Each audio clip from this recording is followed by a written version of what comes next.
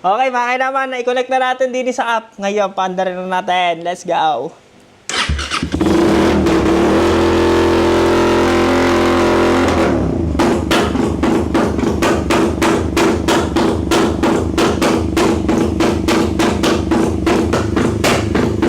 Hubaran na muna natin ito, si Loopy Boy, at pagbabaklasin natin ang kanyang mga kaha.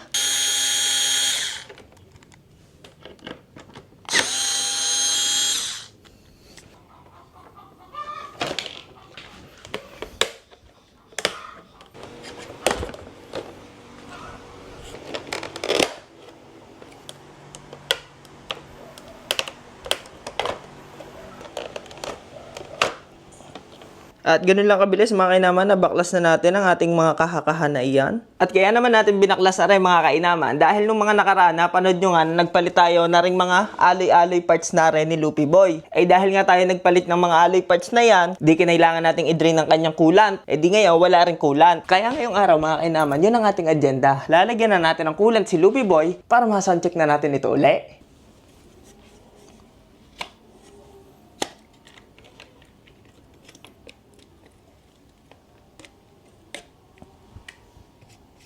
Yan, ito ilalagay natin mga kainaman. Tapos, pag ganyan na, mga kainaman, hintayin nyo lang bumula ng bumula. Yan o. Mapapansin nyo, nabula-bula siya. Lulubog pa yan. Magkukulang pa yan ulit. Pagkatapos niyang bumula na ganyan. Pag lumubog na ulit, kulang na. Tignan na ulit natin. Yan, ganun lang ulit. Hintayin lang ulit natin bumula. Pagka lumubog na uli, tsaka ulit natin dagdagan. Dili naman tayo sa reservoir. At dahil wala akong embudo, aray gumawa na lang ako, gumupit ako ng toothpaste. At aray ang gagawin nating embudo. Nice din, sana gumana.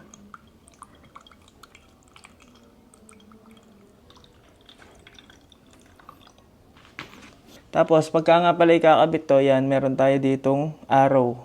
Dapat nakatutok yan sa pababa. Yan, ito yung arrow. Mapapansin nyo, dapat nakatutok siya pababa.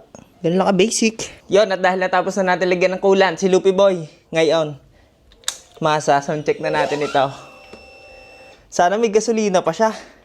Po, pasensya na po mga kapitbahay. Mga kapitbahay, pasensya na po.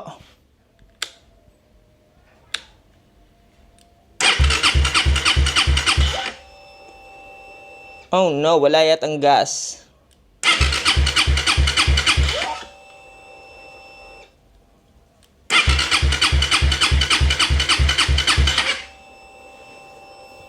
Yun lahing. Check nga. Wala na yatang gas si Loopy Boy.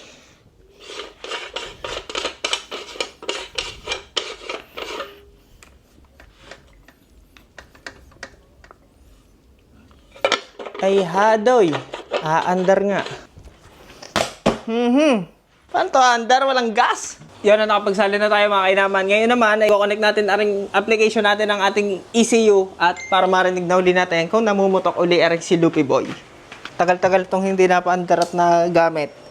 Sana kumonekta pa. Baka sira ng ating ECU ah. Kumonekta ka. Yun! Yan! Okay, mga kainaman, i-connect na natin din sa app. Ngayon, paandarin na natin. Let's go!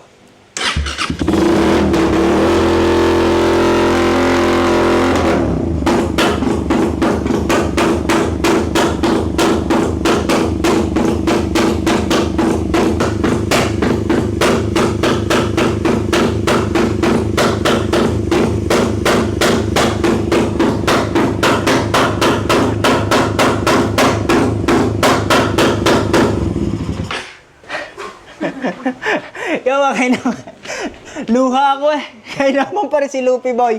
Eh, ari, ilalabas natin kapag gawa ng si Kuya Pats Dabay, ilalabas ng kanyang si Miko. Eh, magkakalabasan na naman yata ang mga Raider Rep ay at mga nagsusulputan na ulit ang mga bagong Raider Rep ay sa paligid. Baka rin si Loopy Boy i-update lang ng kaunti. Tapos, ilabas na rin natin at isabak na ulit natin dyan sa kung saan yan. Woo! Tanggal ang luga kay Loopy. Nasoundcheck ulit natin sa mga susunod na araw. Medyo nakakahiya din at gabi na sa amin. Mga susunod na araw, testingin naman natin ang yung full rev naman ni Loopy. Sasoundcheck din natin yan. Ngayon itatanong ko pa rin sa APR kung paano ba ang tamang tune na ring ating minor na dire-diretsong putok. Ay, dyan na muna kayo mga kinaman. Pinandar nga lang natin si Lupi. At na rin nga pala mga kinaman, hindi muna natin dadamitan. Hindi mo natin ibabalik ang kanyang mga kahakaha. Gawa ng papalitan din naman natin aring kanyang mga gas tank, aring mga tipos, at lilinisin muna natin ang interior para bago natin damitan ay talagang ayos na. Ay paano, dyan na muna kayo mga kinaman. Dini na muna rin. Love you!